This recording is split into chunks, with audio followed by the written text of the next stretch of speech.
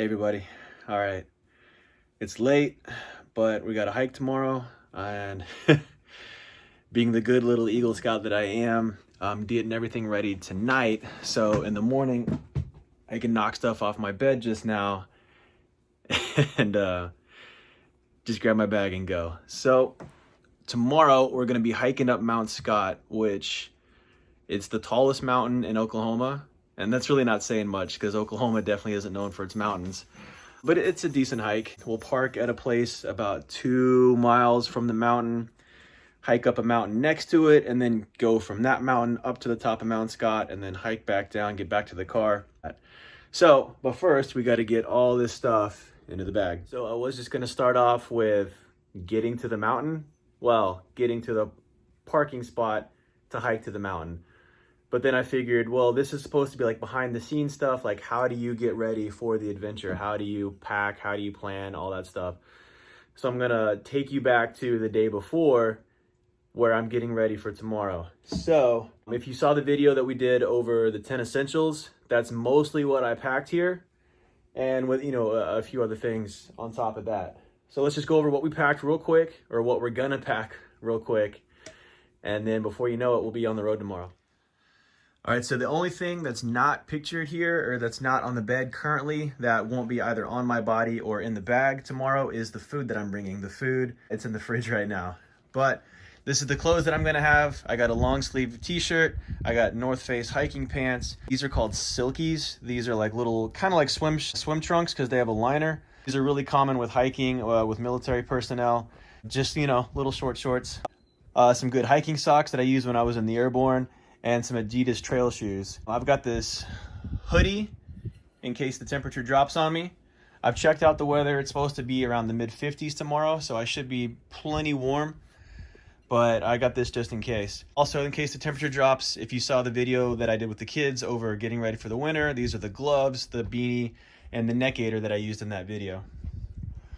Coming over here, we've got extra clothing, extra long pants, extra socks, extra long sleeve t-shirt. So if you notice with the t-shirts again that I bring, I like to do the higher visibility. This is a bright orange and a white t-shirt. That's for so tomorrow I'm going to be solo. I said us in the beginning, but it's just going to be myself out there. So it's going to be a solo hike, so I like to have the higher visibility clothing just in case something happens, in case somebody needs to see me from far off. All right. So that's the clothes that I'm going to have either on me or in the bag. Then, again, staying with the 10 essentials, I've got a gallon of water here. There's 3 liters in this Camelback, and there's a liter here in this Nalgene. We got map and compass in here, first aid kit, fire starting equipment. I got a knife here and a Leatherman tool here, timepiece here. I've got a headlamp here, flashlight here, got some cordage here, this hat, sun protection here. And again, for sun protection, that's not just the sunscreen, that's also the hat, that's also the long sleeves. You got rain gear here. This is the jacket. In here are trousers and a backpack cover. Last but not least, none of this is necessarily part of the 10 essentials, but these are, since I'm doing a solo hike tomorrow, this is signaling devices. Just in case something bad happens, if I break a leg or something, if I fall down a crevice, if I need to, somebody to come help me, I got a whistle, I got a buzzsaw. If you haven't checked out the video on how to make buzzsaws, I would highly suggest going to check that out. It's a super simple device that doesn't take hardly any time to make, that can be seen from miles away. I got a high visibility reflective belt. And in case things get really bad, this is a Maritime, a flare gun. Oh, and I forgot to mention too, since Ruby and Bob won't be able to be with me tomorrow, I am going to bring some of their toys just so, they're still sort of with me in spirit. So I got Bob's Megalodon, monster truck, Hot Wheels guy here. And I got one of Ruby's mermaid girls. Yay!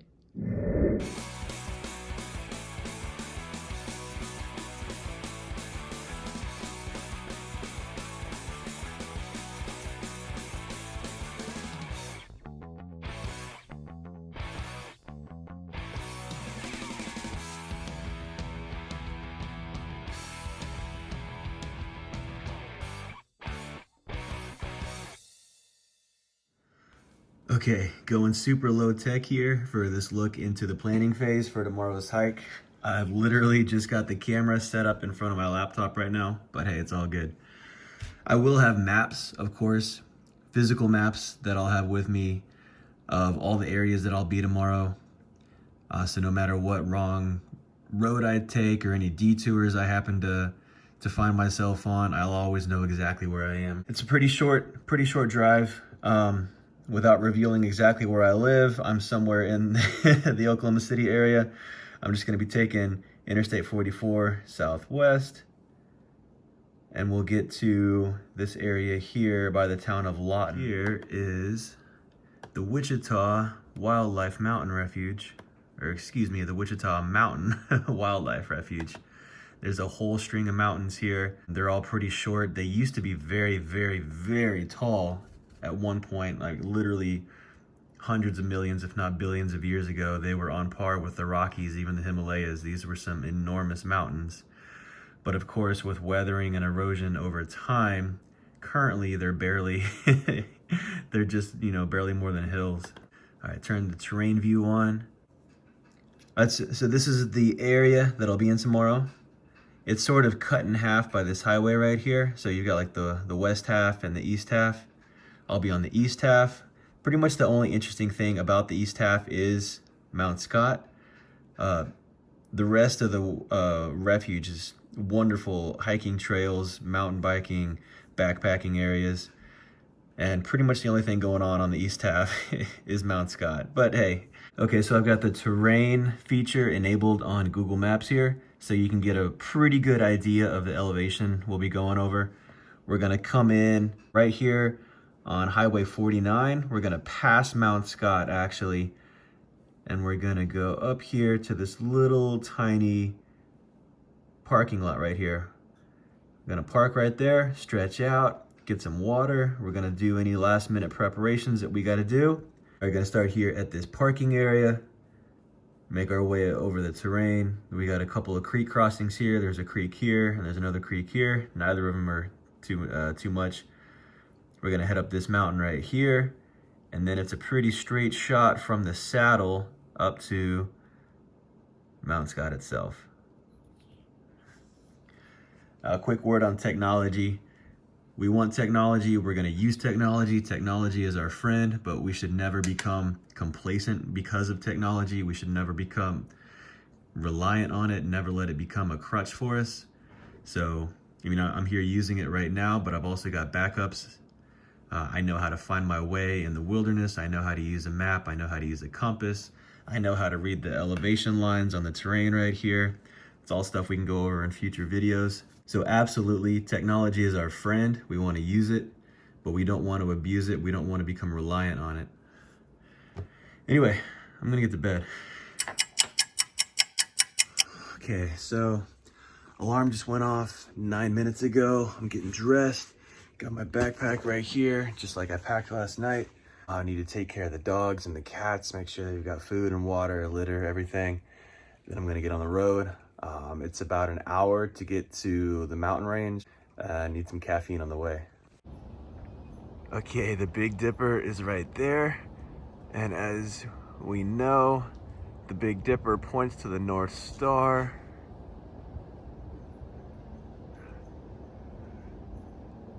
Which it's hard to tell on the video, but it's right there.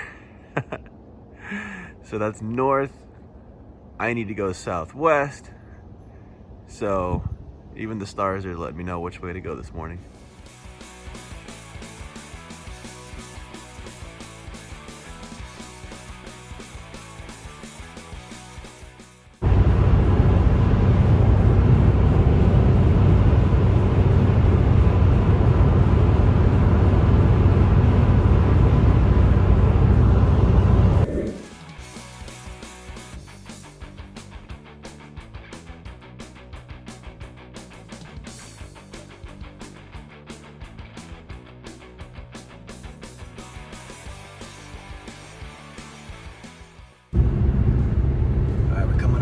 Scott.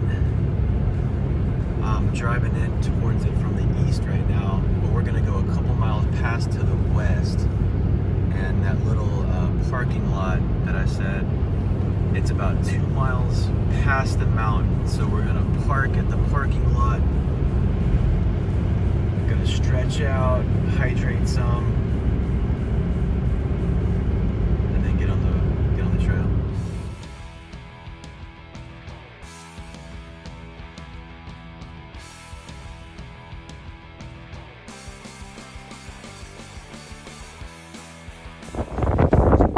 Alright, so we made it.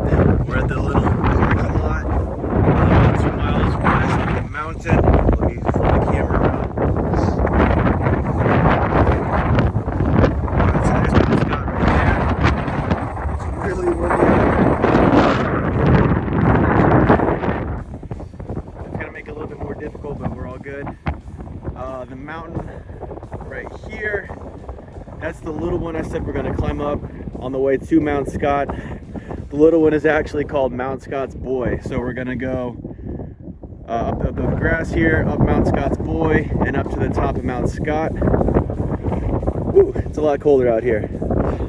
So that doesn't change anything. The only thing that's really affected by the extra wind is I was gonna take this hoodie off and just go with the white t-shirt, but that's not happening right now. So I'll leave the hoodie on until either I warm up or the wind dies down, and we're gonna get moving. I've got Bob's monster truck. I got Bob's monster truck, and I've got Ruby's mermaid. So they're gonna come with me, and let's get moving.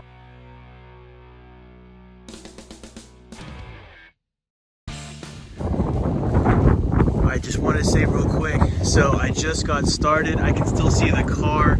It's not too far back that way. But I'm already starting to see a lot of evidence of large bovine, either buffalo or longhorn, both of which are known to be in the area. But I've already passed by some droppings. On the way up here, I drove right by a longhorn. It was just standing right by the side of the road. I'm gonna show real quick. I don't know how well you can see it in the video. This whole area right here has been, I don't know if you can say trampled, but you can tell either a longhorn or buffalo or multiple have just been wallowing around in this area. It's been trampled down a lot. The grass shows definite evidence of large animals just hanging out right here. So I'm gonna get moving. Quick, I've only come a few feet from where I was just a minute ago. You can see definite tracks heading off that way towards the highway. Again, I really haven't come very far. The car is right over there, just past that tree. And Mount Scott is still way off up there. And if there's one thing I've learned in my years of hiking, mountain climbing, Boy Scouts, and military, it really doesn't look like it's that far away. It looks like I could be up there in 30 minutes. But mountains are always deceiving. It's a lot further away than it is. All right, let's keep moving. Still walking. All right, some more evidence here of large animals. So this ground has been torn up pretty good. Flops of soil have been just kicked up all over this area. I still haven't seen anything yet, but they're out here.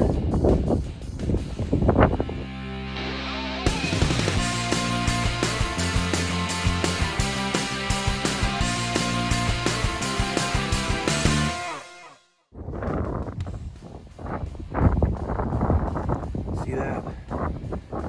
It was a big deer that just went by. That's the first animal I've seen so far, but oh, here's another one.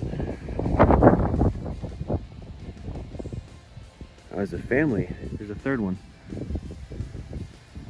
Hey guys, just passing through.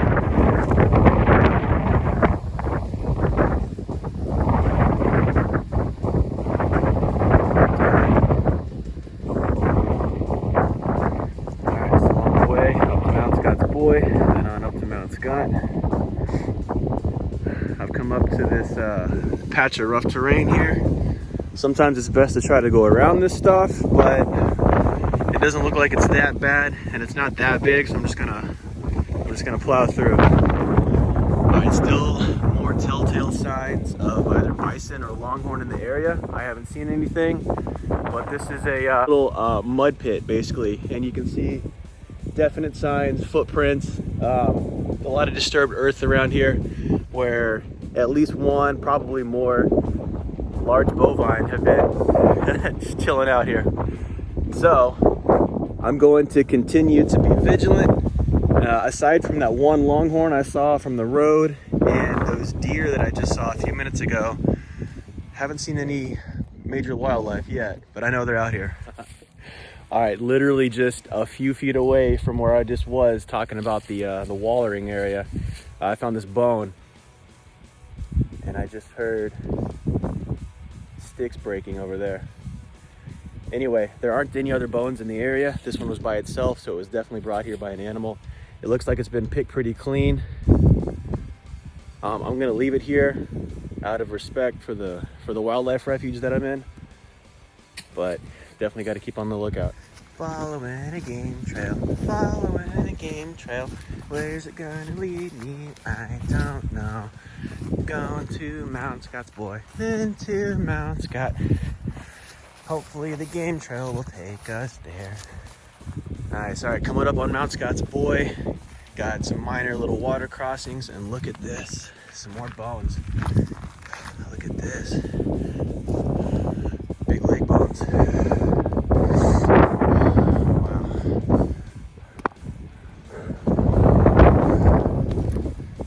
Again, this was definitely brought here by animals because there's no other signs of skeletal remains anywhere around me. So, nothing for me to be worried about, but I need to respect the area. Keep on the lookout. Is this bones over here? Ooh, cactus. Yeah, look at this.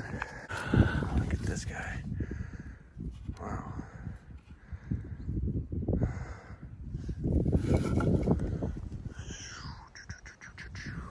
Alright, let's keep moving.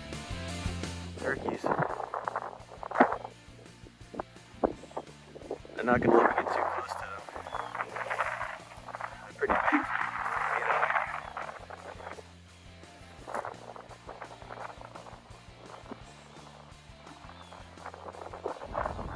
Okay, so the plan right now, I'm following this game trail.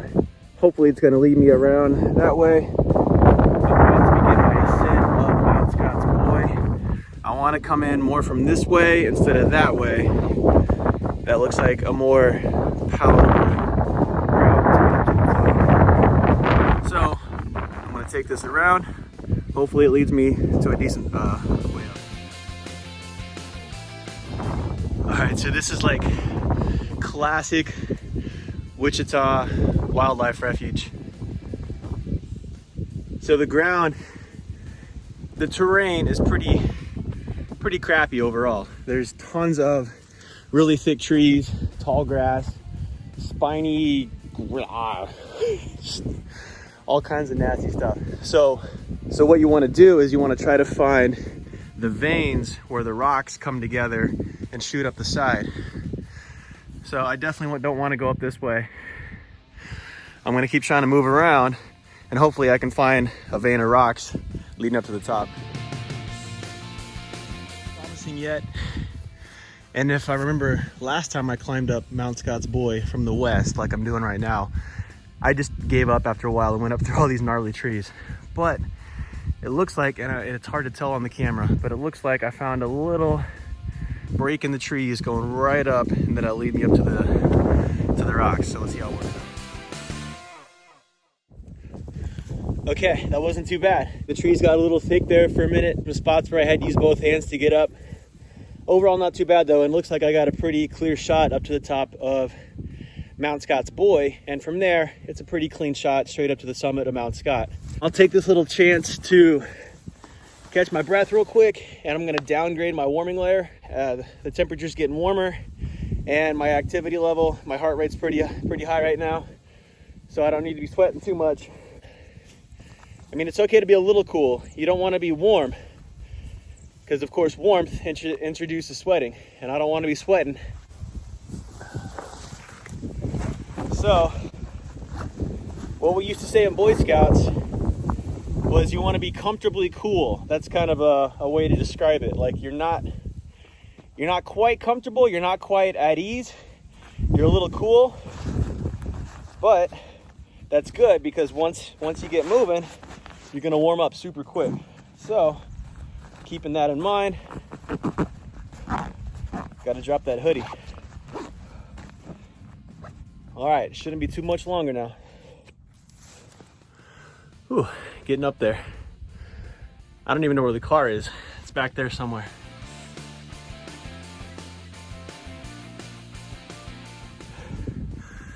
All right, quick breather time.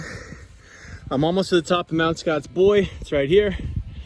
And that'll lead me directly to the top of Mount Scott, which is right there. Again, this is a pretty short mountain overall. It's barely even considered a mountain, but it's a lot more difficult than it seems. You're doing a lot of bouldering to get up. It's almost entirely bouldering.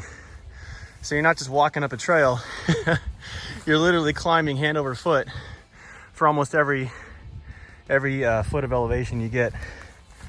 Down here is the highway that we drove in on. And you can't really tell where, but off over here is training area. That's Fort Sill. It's an Army artillery base. So a lot of times when we're up here climbing, you can hear impacts, you can hear the boom of the guns, sometimes you can hear mortars, and you can see little plumes of smoke off in the distance from where the rounds are impacting. The car is somewhere over here. We'll find it when we get back. All right, let's keep moving. All right, we almost made it to the summit of Mount Scott's Boy. Mount Scott off there to the right. Just got to go up this sort of sketchy looking narrow little trail. Shouldn't be any problem though. Okay, I was gonna try to hold the camera while I did the time lapse going up this little knife edge here, but it's really steep, so I'm gonna need both hands. All right, we did it. Top of Mount Scott's Boy. Or probably 2/3 of the way. The height of Mount Scott from where I am right now. Shouldn't take any time though to get over there. Get up those boulders. Whew.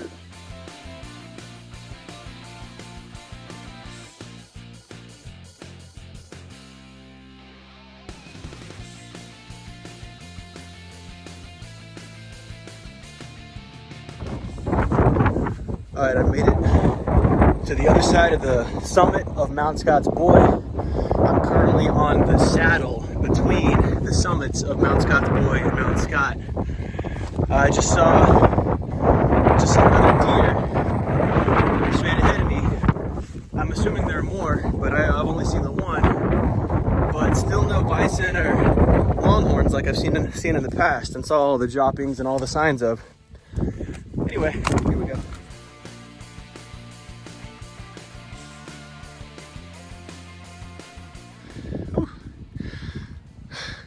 Looking back on Mount Scott's Boy now, on our way up Mount Scott.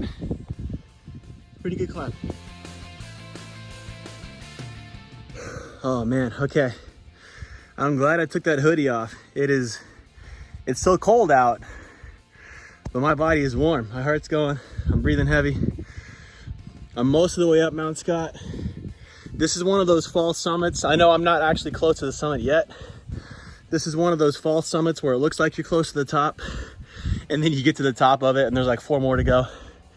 It's all good though. I'm gonna take a quick rest. Doing a lot of high incline climbing right now.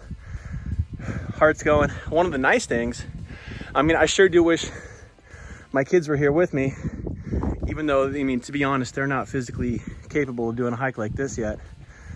But it'd be nice if they were here with me. But one of the nice things about doing a solo hike, you can cool off however you want. Now, these are the shorts that I told you I was gonna be wearing, so nothing inappropriate. It's pretty much just like wearing swim shorts. But I need to make sure I'm not sweating too much, as we talked about in some of the videos already.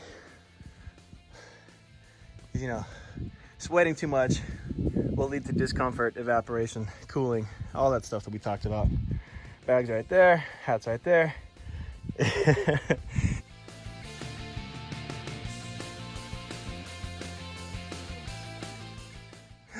But so there's a fall summit, like I said. Don't know how many more to go. I know I'm going to be passing one length of road. There's this highway right here. If you see right here, there's this branch, and it spirals around and gets you up to the summit. So I know I'm going to pass that road at least once, getting up to the top here. I haven't seen the road yet. The car, we're finally high enough that I can see where the car is parked. It's way over here. That's as far as I can zoom in right there. But it's over there by that tree. I actually can't see it. I hope it didn't get stolen. Anyway, let's keep going.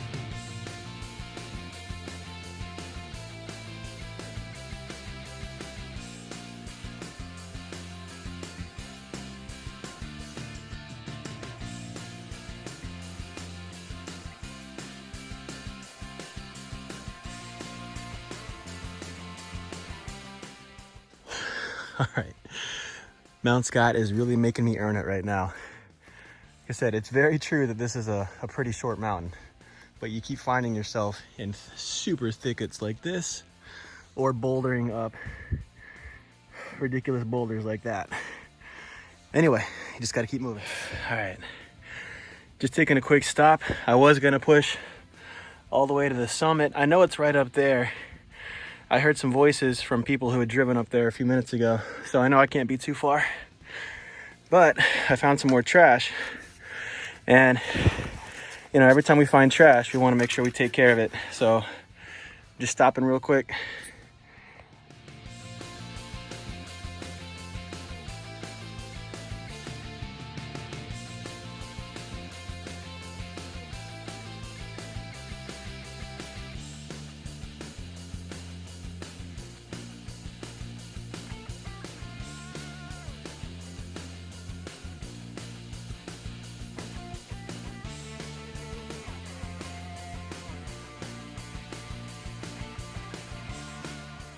Oh man, more trash. Gosh, I wish people would take better care of their mountain. But something that finding more trash does tell me, I'm getting closer to the summit. Because, you know, 99.9% of people who come to Mount Scott just drive up the top of it, and they're not going to venture too far from the parking area. So naturally, you're going to find more trash closer to the parking area. And look what we found. These rocks right here, those are the perimeter. Yep, there's some people. Oh look, there's a car right there. We made it. Okay, we made it to the summit. Unfortunately, living in the age we do, the summit is a parking lot, but it's still pretty cool. We climbed to the highest mountain in Oklahoma. Look at this. Works Progress Administration, 1940. Put all this stuff up here. So the actual summit is up here in front of me.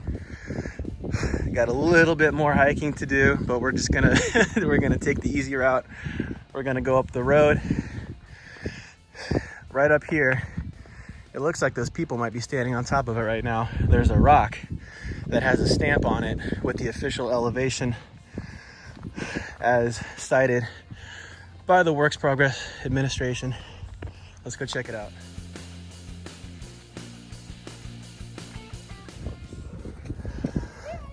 All right, we made it. So like I was saying, determined in 1940 by the Works Progress Administration, Mount Scott's elevation is 2,465 feet.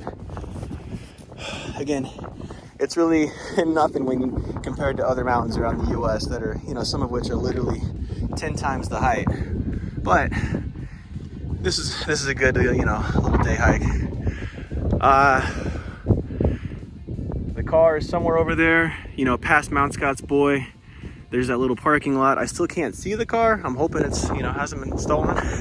I'm sure it's there. All right.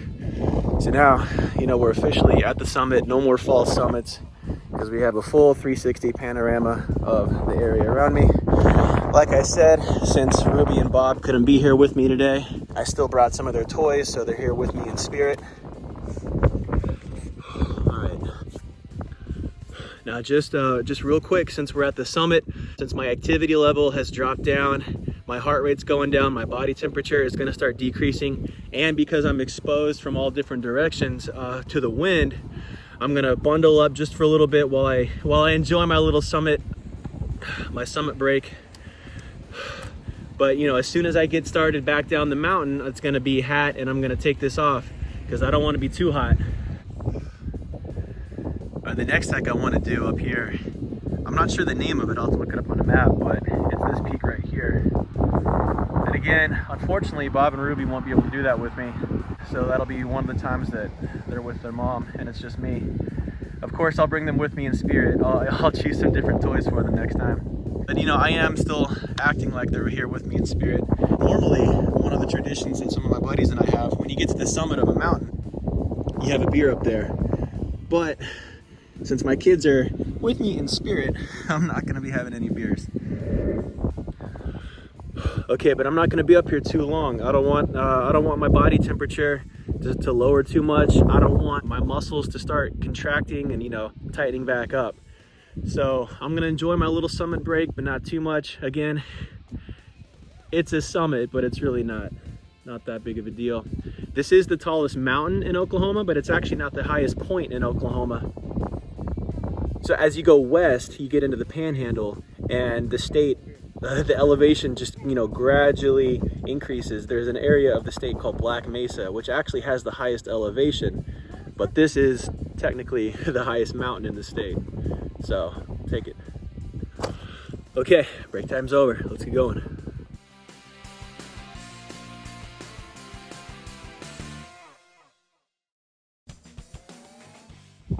God. I'm coming down from the mountain and it's just stop and start and stop and start and stop and start. I keep finding trash. I don't get why come to a beautiful natural nature preserve if you're gonna, oh God, there's more trash. Oh my gosh.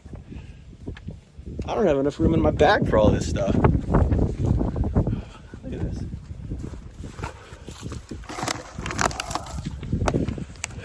Again, what's the point of coming to a wildlife preserve if you're gonna trash the place? I mean, I don't get littering in general. I feel like it's super lazy and disrespectful, but I almost get it more if you're littering in a city or, you know, some place where people don't quite care as much about preserving, you know, the landscape around them. But this is a wildlife preserve. Why are you coming here and littering? Gosh, I'm almost at the point where I can't pick any more trash up. I wasn't anticipating cleaning up after everybody. Man, hopefully this holds.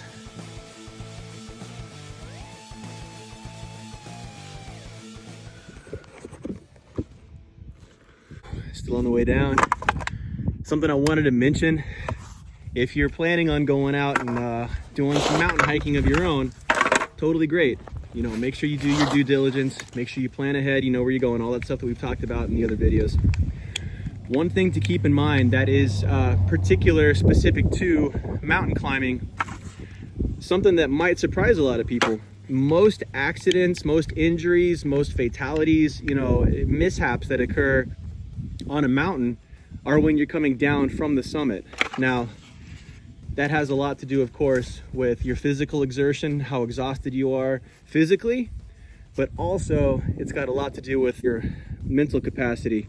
A lot of people, and again, it's not so much applicable to a small mountain like this. This is a mountain. It was only 2,400 feet above sea level, and I think I started off at like 1,000, so it really wasn't too much. But if you're climbing like Denali or, you know, some of the more serious mountains around the continental United States, you're most likely to experience a fall or a mishap, something on the way down, because a lot of people, they exert their mental energy getting up. They're so focused on getting to the summit and, you know, getting that summit rock, taking that picture of the summit. Oh, I forgot to get a summit rock, man. On top of having a beer at the summit, it's also a tradition to grab a rock, you know, a summit rock from that day. Oh well. Anyway, people are so focused on getting that summit rock, on getting that picture and planting that flag saying they climbed K2, you climbed Everest, you climbed Kilimanjaro. And on the way down, that's when their mind starts to let loose, and they're not paying attention. They start to let their mind wander, and before you know it, you've rolled an ankle or you're falling down a crevice or something. Anyway, just food for thought. I just stopped real quick to pick up more trash. That Keystone Light. I don't get it. I guess you care about your carbohydrate intake more than you care about the planet you're leaving for your grandchildren. Try to spit that in there. There, get in there. Let's go.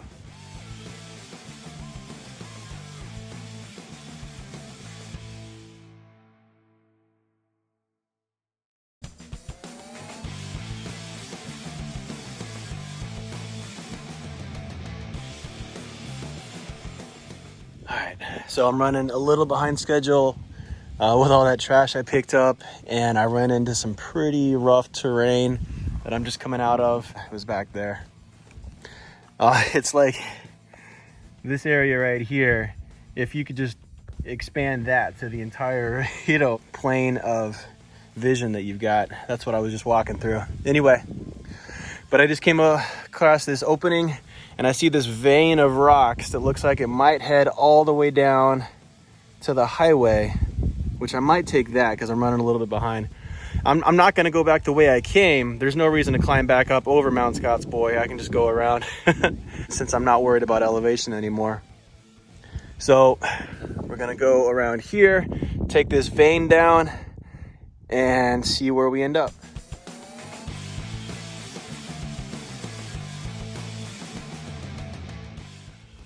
All right, I'm now below the summit of Mount Scott's Boy, so I'm going to allow myself to take a quick break. Not too long, of course, because like I said, I'm running a bit behind. I'm going to pick up Ruby and Bob later, so I can't be late for that. They're my besters. But the wind has died down, the sun is out. Time to get some sunscreen on. This is a perfect example of why the 10 essentials are so important and should be followed before you head out. Because if you'll recall, when I started off this morning, it was cold, it was dark, it was windy, and the last thing in the world I thought was that, man, come, you know, early afternoon, sun's gonna be out, I'm gonna need sunscreen, you're gonna be hot, you're gonna be sucking just to get back to the car. Well, here we are. Quick break, I'm gonna get some calories in me and keep moving.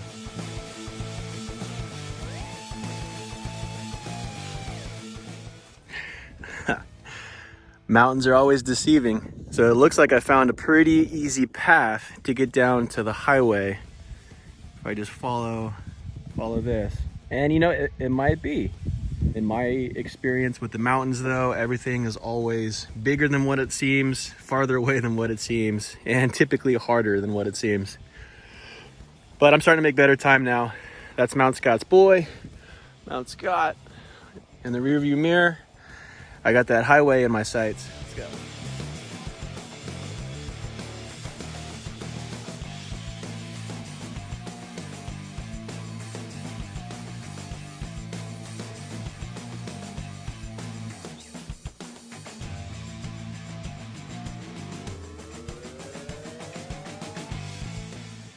I think I've done it, finally.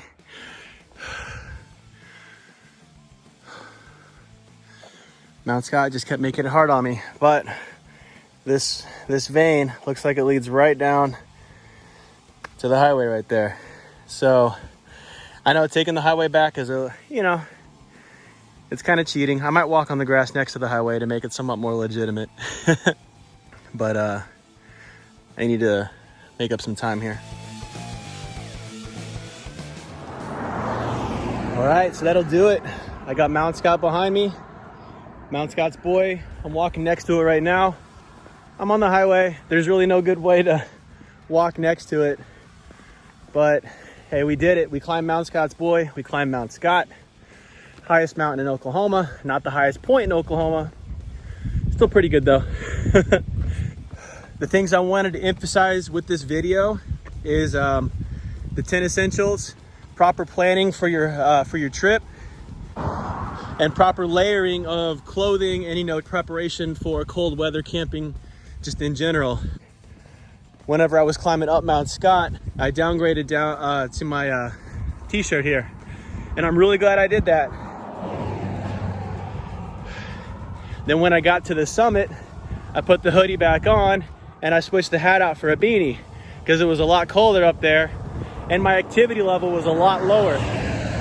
All right, so now it's just a matter of time, walking back to the car, hoping it's still there. I'm sure it is. Maybe it's just because it's a gray car and it was like a grayish background behind it and it was really far away. I couldn't see it. I can't imagine why anybody would want to steal my car.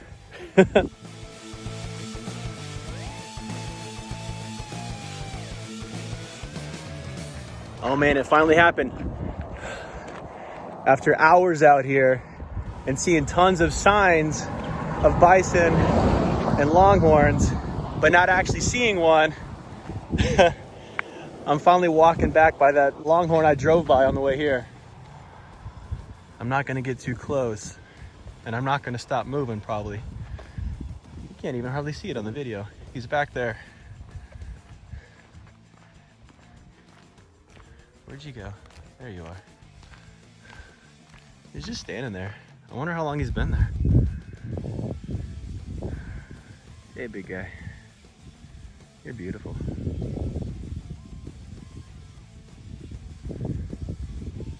Yeah, he was here a couple of hours ago when I drove by. It looks like this is the same spot.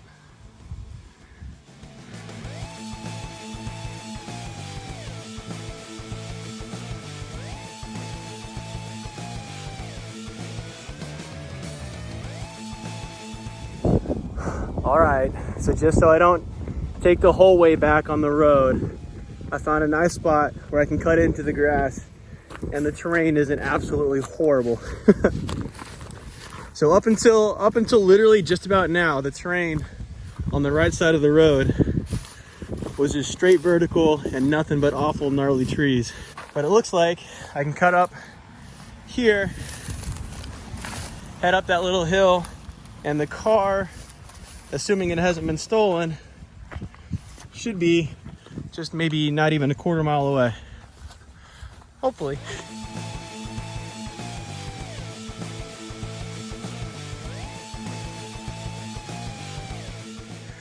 Okay, I made it to the top of that little hill and I can see that tree off in the distance.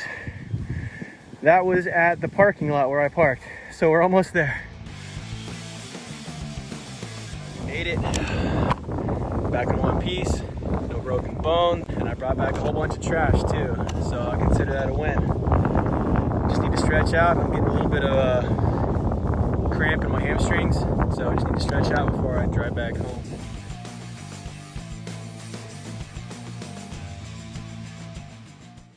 So that'll do it.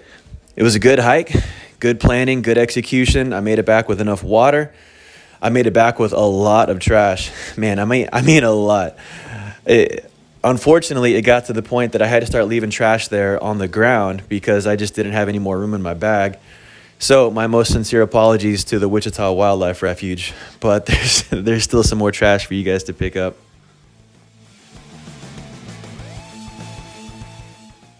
If you watch this far, we want to sincerely thank you. My kids and I, we are brand new to this YouTube thing, this video editing thing. So we know the product is still pretty rough, but we got some pretty big plans for the future.